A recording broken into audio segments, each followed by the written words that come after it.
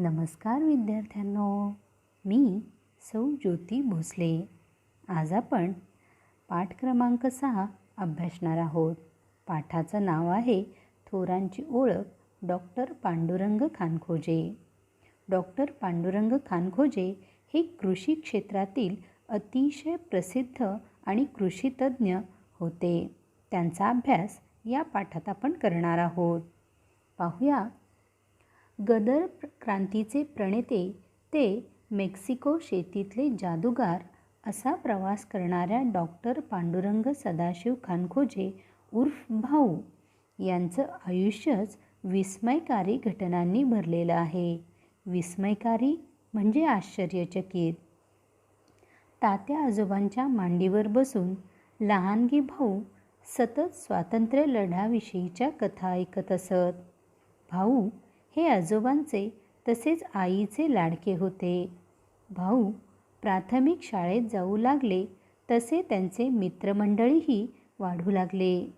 भाऊ व त्यांच्या साऱ्या मित्रांची माडीवरील खोलीत बंद दाराआड बसून काहीतरी खलबतं चालायची. खलबतं म्हणजे योजना आणि युक्ती. इंग्रजांना व त्यांच्या सैन्याला कसं पळवून लावता येईल याचे डावपेच ते आखत असत. लहानपणापासूनच इंग्रज सरकारविरुद्धचा तीव्र असंतोष भाऊंच्या मनात होता. इंग्रजांना देशाबाहेर काढल्याशिवाय देशाची परिस्थिती सुधारणार नाही, म्हणून त्याविरुद्ध लढा द्यायचा असं भाऊंनी मनोमनच ठरवलं. भाऊ लहानपणापासून आजोबांचे लाडके होते. आपले आजोबा जसे इंग्रजांच्या विरोधात योजना आखतात तशा योजना आपण पण आखायच्या असं ठरवून भाऊ त्यांच्या मित्रांच्या सोबत त्यांच्या खोलीत बसत आणि वेगवेगळ्या योजना शोधण्याचा प्रयत्न करत की या इंग्रजांना भारतातून कसं हाकलून देता येतील, आणि मग त्या विचारात वेगवेगळी खलबतंसुद्धा ते आखून ठेवायचे. या इंग्रजांविरुद्ध लढा कसा द्यायचा याचा विचार ते सतत करत होते. पुढे खेडोपाडी जिथे संधी मिळेल तिथे भाऊ स्वदेशी चळवळ, भारतीय इतिहास, भारतीय स्वातंत्र्य या विषयांवर भाषणं देत असत. स्वातंत्र्यासाठी कार्यरत असताना भाऊंनी शिक्षण योग्य प्रकारे पूर्ण करावं, लग्न करावं अशी सामान्य अपेक्षा त्यांच्या घरच्यांची होती. आपल्या मुलाने शिकून मोठं व्हावं, आपल्या घरच्यांचा सांभाळ करावा ही छोटीशी अपेक्षा सगळ्या घरच्यांची होती. पण त्यांचे वडील त्यांचे या बाबतीत मन वळवण्यात फारसे यशस्वी ठरले नाहीत. स्वातंत्र्य लढ्यात सक्रिय सहभाग असणाऱ्या लोकमान्य टिळकांच्या भेटीसाठी भाऊ पुण्यात गेले. तिथे त्यांच्या सहवासात ते राहू लागले. त्यांच्या सहवासात राहणं म्हणजे भाऊंसाठी एक मोठी पर्वणीच असे. भाऊंना रणशास्त्र शिकावं असं फार वाटे. टिळकांनीही त्याला अनुमती दर्शवली. इंग्रज सरकारच्या आधुनिक शस्त्रास्त्रांनी सज्ज अशा सैन्याशी टक्कर द्यायची असेल तर विद्यार्थी आपले परदेशात जाऊन आधुनिक लष्करी शिक्षण घ्यावं असं टिळकांनी त्यांना सल्ला दिला. आणि सन 1906 साली लोकमान्य टिळकांच्या सांगण्यावरून त्यांनी मायदेश सोडला आणि भाऊ रणशास्त्र शिकण्यासाठी दूर निघून गेले. अमेरिकेतील सान रायफल येथे लष्करी शिक्षण देणाऱ्या अकॅडमीत भाऊ दाखल झाले. शिस्तपालन, अभ्यासातील प्रगती, सर्व प्रकारच्या कामातील तत्परता, शरीर चापल्य पाहून अकॅडमीतील शिक्षकवर्ग भाऊंवर खूपच खुश होता. लष्करी शिक्षण घेत असताना कोणतीही उणीव राहू नये म्हणून ते प्रयत्नांची पराकाष्ठा करत होते. प्रयत्नांची पराकाष्ठा करणे म्हणजे खूप प्रयत्न करणे. 1910 साली टपाल पेस मिलिटरी अकॅडमीचा डिप्लोमा त्यांना मिळाला आणि भाऊ आपल्या पदवीधर शिक्षणात सफल झाले. आपलं ध्येय साध्य करण्यासाठी त्यांनी अतोनात कष्ट घेतले आणि आपली पदवी संपादित केली आणि त्यांना तसा सन्मानही मिळाला. भारतीय बहुजन समाज शेतकऱ्यांचा आहे. शेती सुधारण्यावरच त्यांची खरी उन्नती आहे व आर्थिक स्वातंत्र्य अवलंबून आहे. कृषक व श्रमजीवी एकत्र आले तर इंग्रजांना सहज देशातून घालवून देऊ शकतील, असा त्यांना विश्वास होता. शेतीच्या निमित्तानं बहुजन समाजात क्रांतीचा प्रचार करता येईल, अशा विचारानं त्यांनी कृषीशास्त्र शिक्षण पूर्ण करायचं ठरवलं. वॉशिंग्टन स्टेट कृषी महाविद्यालयात त्यांनी पदव्युत्तर शिक्षणासाठी नाव नोंदवलं. 1913 साली त्यांनी मास्टर ऑफ सायन्स MS ही पदवी मिळवली. भारतीय समाजात सर्वात जास्त संख्या कुणाची होती तर कृषक म्हणजे शेतकरी आणि श्रमजीवी म्हणजे कामगार वर्ग. आणि भारतातील सर्वात मोठी संख्या असणारे हे दोन गट जर एकत्र आले तर भारताला स्वातंत्र्य मिळवण्यापासून कोणीही अडवू शकणार नाही, या गोष्टीची पुरेपूर जाणीव त्यांना झाली होती. आणि मग या कृषक म्हणजे शेतकऱ्यांना एकत्र आणायचं असेल तर आपण कृषी क्षेत्रात तज्ज्ञ व्हायला हवं, कृषीतून शिक्षण घ्यायला हवं, या गोष्टीची जाणीव त्यांना झाली. आणि त्यांनी वॉशिंग्टन येथील कृषी महाविद्यालयात प्रवेश घेतला आणि तेथे पदव्युत्तर शिक्षण आपलं तिथं पूर्ण केलं. 1913 साली त्यांनी मास्टर ऑफ सायन्स ही पदवी मिळवली. कृषी शिक्षण घेत असतानाच त्यांनी अमेरिकेत क्रांती केंद्रही काढली. गदर उठावाच्या आखणीत ते आघाडीवर होते. लाला हरदयाळ, पंडित काशीराम विष्णू, गणेश पिंगळे, वीरेंद्रनाथ चट्टोपाध्याय, भूपेंद्रनाथ दत्त हे क्रांतिकारक त्यांचे सहकारी होते. सशस्त्र लढा संघटित करण्यासाठी त्यांनी Japan, America, Canada, Iran, Moscow, Berlin अशी भ्रमंती केली आणि अपार साहसे अंगावर घेतली. अशा अनेक पुढारलेल्या देशात त्यांनी प्रवास केला. प्रवास करून ही औद्योगिक प्रगती असणाऱ्या शहरांचं बारीक निरीक्षण केलं आणि तेथील प्रगतीचं रहस्य जाणून घेण्याचा प्रयत्न ते करत राहिले. कृषीशास्त्रात डॉक्टरेट प्राप्त केल्यानंतर मेक्सिको येथील सरकारी कृषी विद्यालयात त्यांची प्राध्यापकपदी नेमणूक झाली. त्यांच्या अध्यापनाचा लौकिकही वाढत होता. जमीन आणि पिके या विषयात त्यांच्या शब्दाला आता मोल आलं होतं.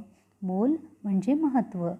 जेनेटिक्स या विषयात त्यांचा दबदबा वाढला.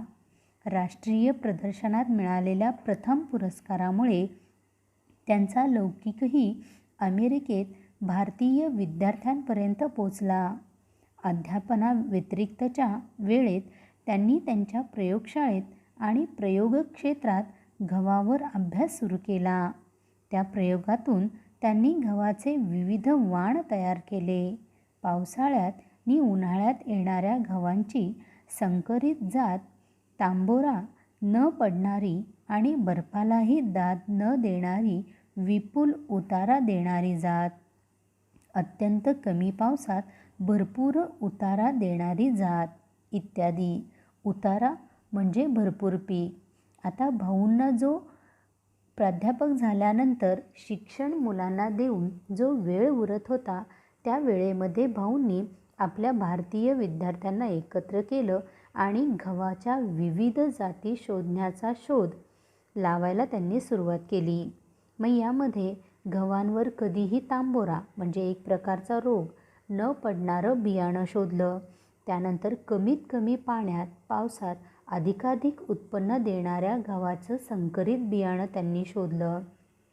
त्यानंतर अशा बियाणांचा शोध लावला की जिथं बर्फ जास्त पडतो त्या ठिकाणीही शेतकऱ्यांनी ते बी लावलं तर पडणाऱ्या बर्फामुळे त्या गव्हांच्या बियावर, गव्हांच्या उत्पन्नावर काहीही फरक होणार नाही.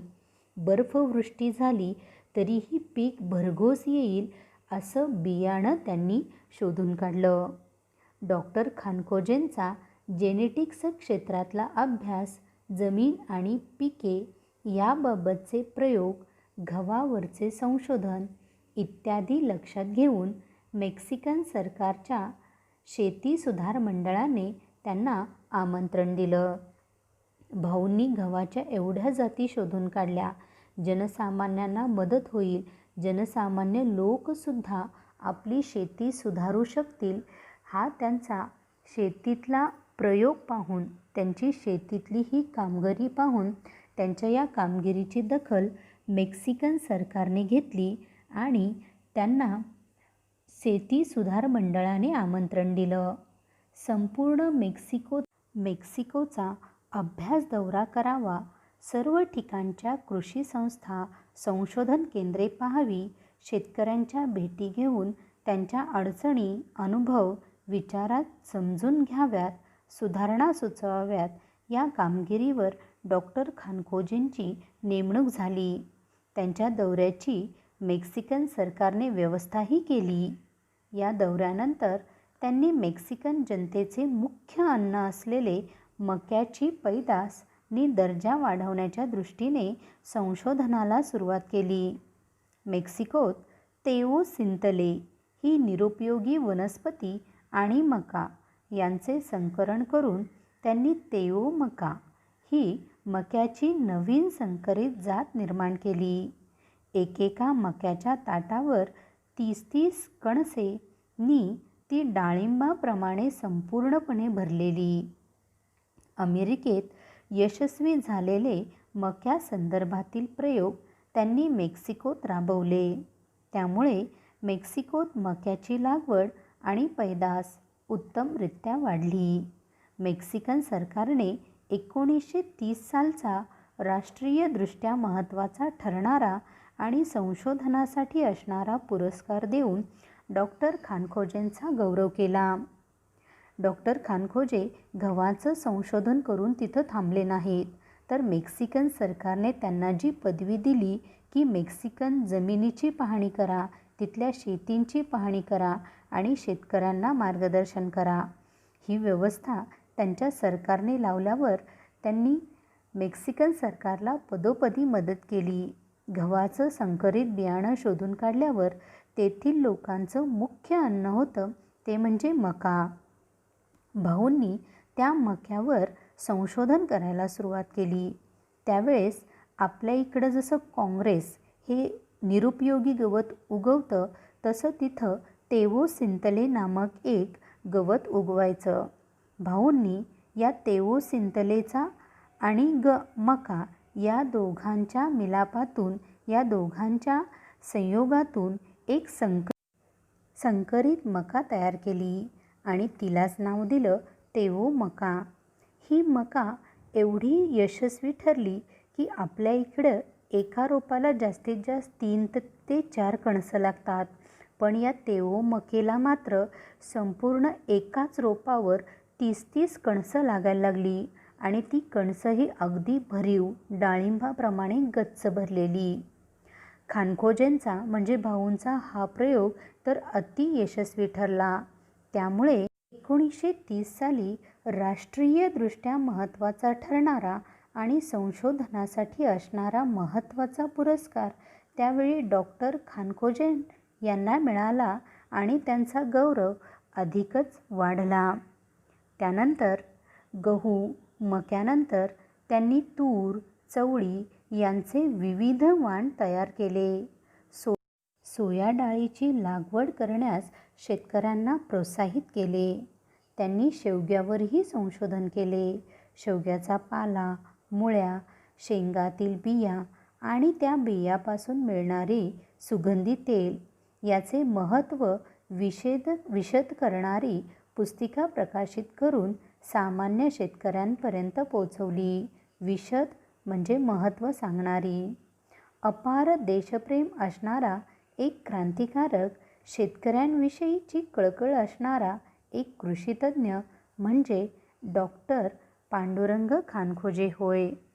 त्यांचं कृषी क्षेत्रातला दबदबा आणि कृषी क्षेत्रातल्या या सगळ्या त्यांच्या कामगिरीमुळं त्यांचा आजही नामोल्लेख अतिशय आदराने आपल्या सर्वांमध्ये घेतला जातो. असे हे डॉक्टर पांडुरंग खानखोजे. समजला ना पाठ?